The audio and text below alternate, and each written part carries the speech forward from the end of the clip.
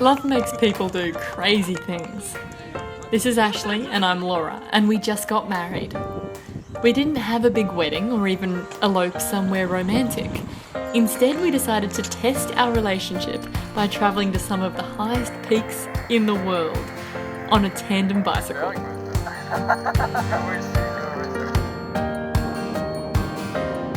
We're no strangers to bicycle touring. 2 years ago, we cycled from England to Australia over 25,000 kilometres and 28 different countries. But India has always been on our bucket list. We devised a route which would take us from Amritsar near the Pakistan border, through Manali and then to Leh in Ladakh. The road included 5 major passes, 2 of them more than 5,000 metres above sea level. So we flew in, put the bike together and hit the road.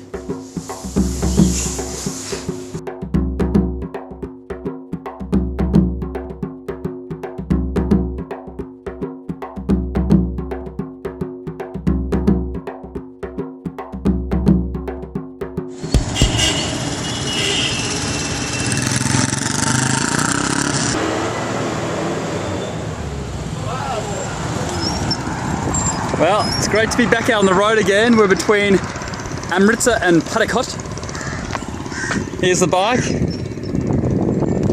So we've got the solar charger on there, which is powering basically the GoPro, the phone I'm shooting on now, all USB chargeable devices, lights, etc. Pumping the water in, it's exceedingly hot. Spare tyre, clothes, tent, kitchen, everything you need to survive. Right there, medical kit and a good bike.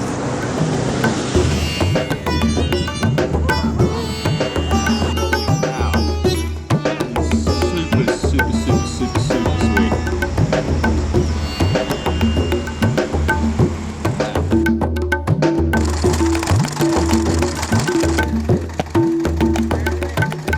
As much as we were fascinated by India, India was more fascinated by us.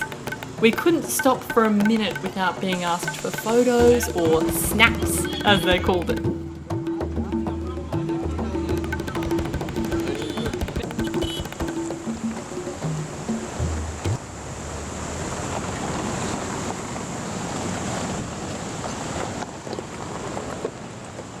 Hello. Hello, my friend. How are you? More pictures? Yes. Lots of snaps?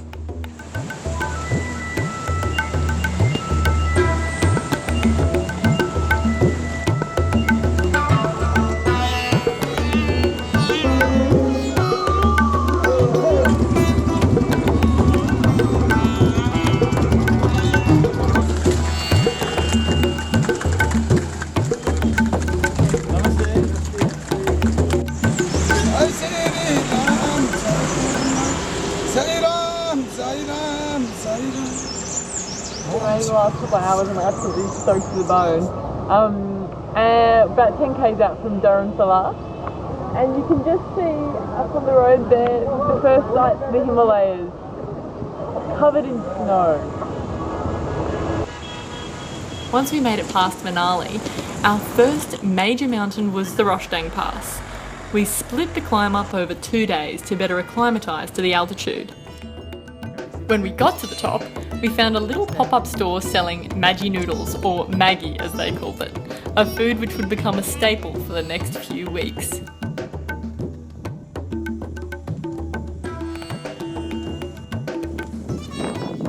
We made it to the top of the Roshtang Pass. We're at 3,940 metres above sea level. That's the highest we've ever been, but it's the smallest pass between Manali and Leh. Now we've got 15 kilometres of descent, and we dip into a valley before another climb. Probably we'll do half of it tomorrow and then finish it off the day after. It didn't take us long to realise, the higher we were, the worse the roads. In the transition between winter and summer, snowmelt ruins all smooth surfaces, leaving rubble and mud everywhere.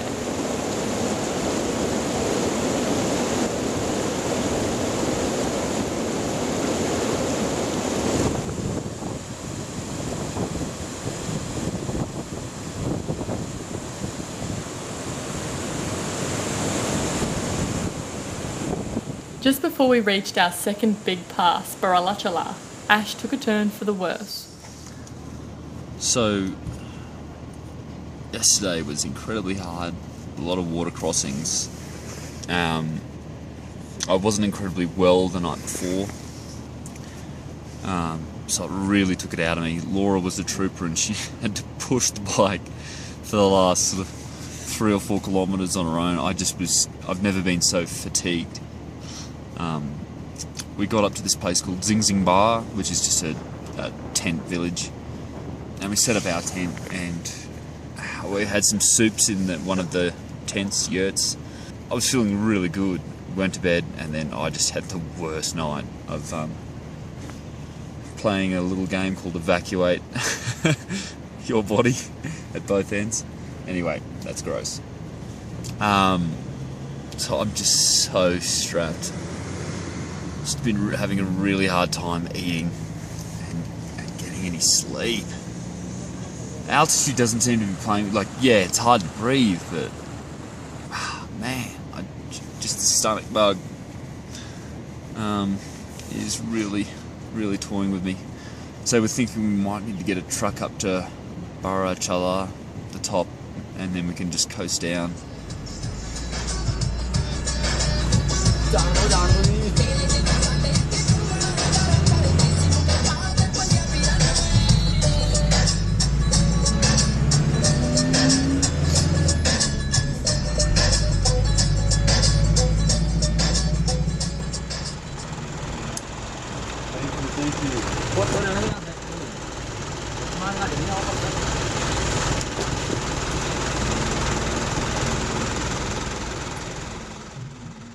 We're 4,930 metres above sea level. Ash hasn't been feeling too well the last couple of days and he's just too weak to make the last 10k, so we took a truck. Bit of blue sky today, it was pretty overcast yesterday, and really the only signs of altitude we're feeling at the moment is our faces are really tingly. It's a weird tingly sensation. Besides that, we're very, very happy to be here. Pretty tired from And it's hard to breathe. Yeah, well, climbing it's very hard to breathe.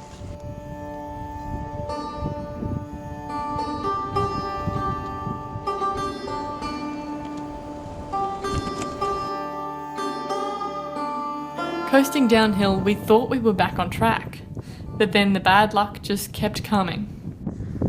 So, second bit of drama today is we've lost our GoPro. My fault. We were just doing some spot filming, just where you can see that four-wheel drive up in the distance. Anyway, we've been putting it just on the back rack, just shoving it under a strap there, because we're constantly getting it out and filming. Anyway, we've only come, 400 or 500 metres down the road, and Laura's noticed that it's missing, and we've just run back up the road and it's gone. So, someone's obviously seen it, picked it up, and got taken off. Anyway, I've been searching the road.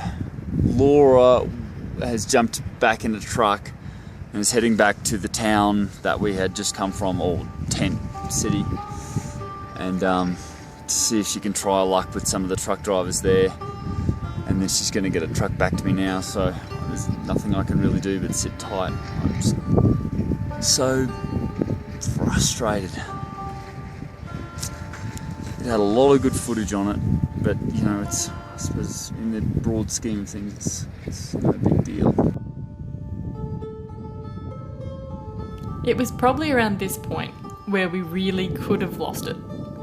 Got angry with each other, packed up the bike, stuck out our thumbs for a truck and hitchhiked all the way to Leh. But we didn't, because we were soon reminded things could be so much worse. Looks reasonably recent. An absolute wreck. Like you can see someone's shoe here. Good grief.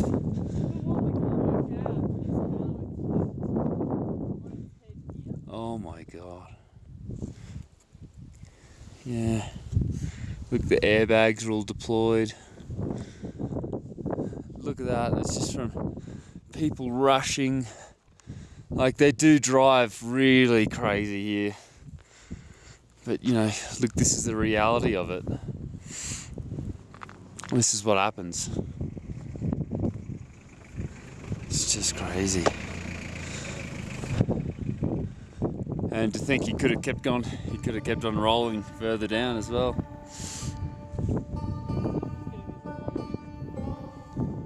Ash seemed to be a little less sick, so we pushed on towards the next pass, spending the night at a road stop called Whiskey Nulla.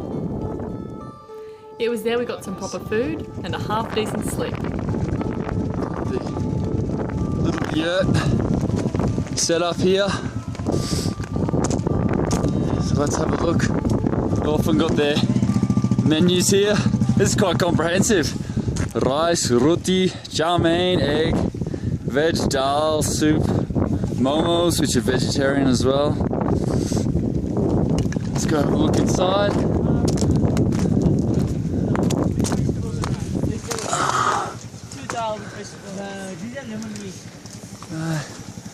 Kitchen. Hello.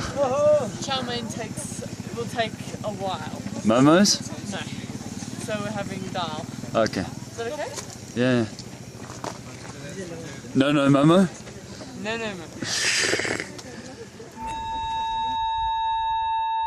Here we are in our tent at a place called Whiskey Nulla, which is just a little tent village at 4,775 metres above sea level. It's the highest we've ever camped before. Obviously, oxygen is a real issue. You can probably hear me breathing. We're having a lovely dinner of digestive biscuits and some water mixed with hydrolyte. But we already have had a meal of dal bhat and luckily some sort of like a mixed vegetable curry and some rice. What are your thoughts? I think considering how high we are, we're probably dealing with the altitude pretty well. Like, I've got a bit of a light headache, but considering, like, in the tent next door a couple of hours ago, we saw some tourists having to suck in oxygen via a mask. Oh, that's ice rain on the tent. Oh, yep, now we're getting some ice rain. That's cool. We also have had a couple Nurofen as well, just to take the edge off the headache. Yeah. It's, you know, nothing serious. No, and that's the thing, like, we don't feel 100%. I don't, like, you know, I think you have to live up here for weeks to feel 100%. Yeah. I think that's part of going up by bike, is that you edge up slowly. Like, last night we camped at about 4,300, so 4,300. It was around about that. So we've been slowly getting used to, you know, coming down from basically sea level in Amritsar, or, you know, just above 500 metres. 500 metres above sea level in Amritsar, and slowly coming up ever since. We've been adapting quite well as compared to the motorbikes and the cars that just whistle up, fly in and then whistle up these mountains, and then just feel incredibly nauseous and horrible the whole time. I do not see the point in travelling this road by car. People just feel sick.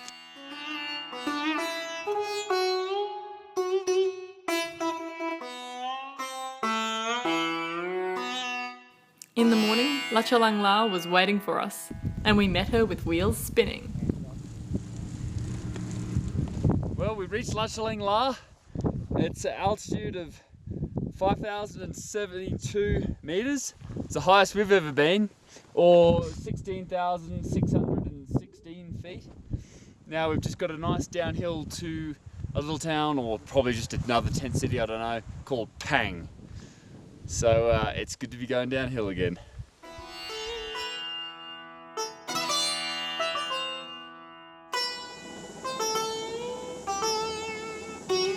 A little more down, and a little more up. And finally, we were at the Moor Plains. 40 kilometres of good roads and tailwinds.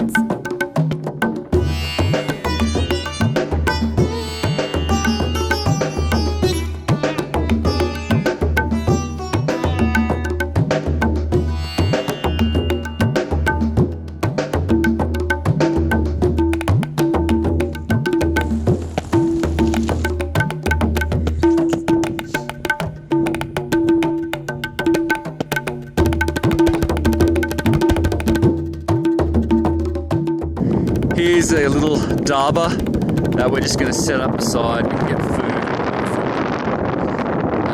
And then we're going to ascend Tanglang La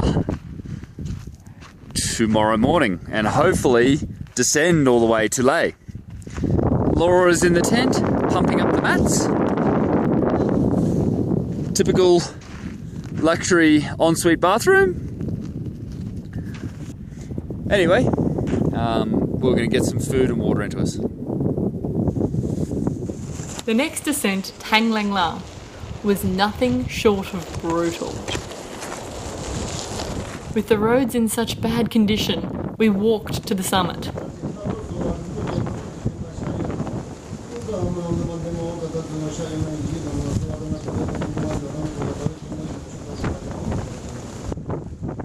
But some good food and a warm bed for the night was within reach now.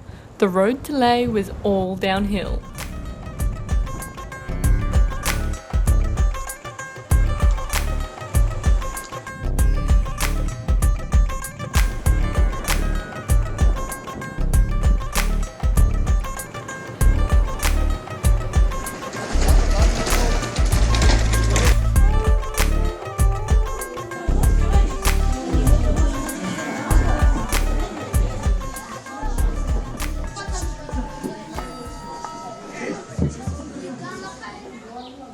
But we couldn't get too relaxed.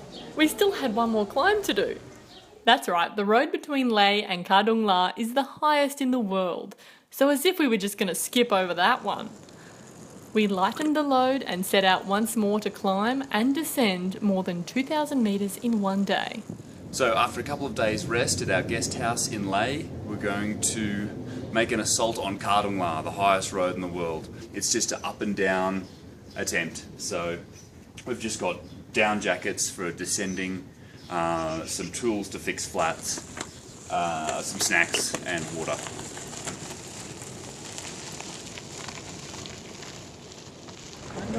Here we are on Khardung La. It's our bike. Everyone's getting their little snaps. We're very happy to be here. It was really good getting to the top, wasn't it? It was very good. Everyone cheered for us. Yeah. And we finally made it. I think we're the resident weirdos on the mountain. Yes, Huh? Hey, he wants to ride.